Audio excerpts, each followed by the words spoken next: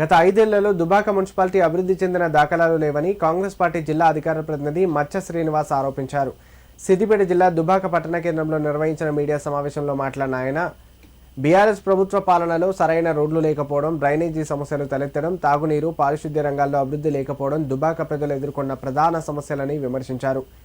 ప్రస్తుతం రాష్ట్రంలో కాంగ్రెస్ పార్టీ అధికారంలో ఉందని, ప్రజల సంక్షేమ లక్ష్యంగా ప్రభుత్వం పనిచేస్తుందని ఆయన తెలిపారు. రానున్న మున్సిపల్ ఎన్నికల్లో రిజర్వేషన్లు అనుకూలిస్తే 16వ వార్డు కౌన్సిలర్గా పోటీ చేయనున్నట్లు తెలిపారు. ప్రజలు ఆశీర్వదించి భారీ మెజారిటీతో గెలిపించాలని కోరారు.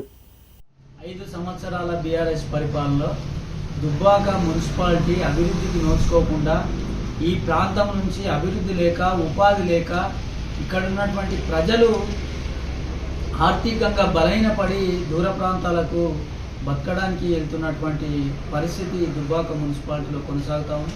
గత 5 సంవత్సరాల నుంచి బీఆర్ఎస్ పార్టీ పాలకవర్గం ఉన్నప్పటికీ కూడా ఎక్కడేసిన సమస్యలు అక్కడే ఉన్నటువంటి పరిస్థితి దుబ్బాక మున్సిపాలిటీలో.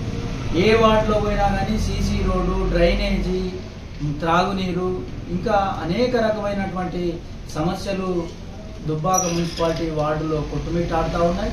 ఈరోజు రాష్ట్రంలో కాంగ్రెస్ పార్టీ ఏదో ప్రజలకు మంచి చేయాలనే ఆలోచనతో పరిపాలన చేస్తూ ఉంది.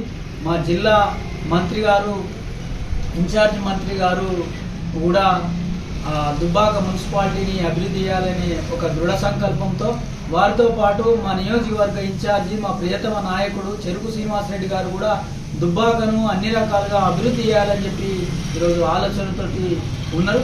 కాబట్టి ప్రస్తుతం ఎన్నికల నోటిఫికేషన్ వచ్చేటువంటి పరిస్థితి ఉంది. కాబట్టి ప్రజలు, దుబ్బాక మున్సిపాలిటీ ప్రజలు చాలా విజ్ఞానవంతులు, చదువుకున్నటువంటి వాళ్ళు.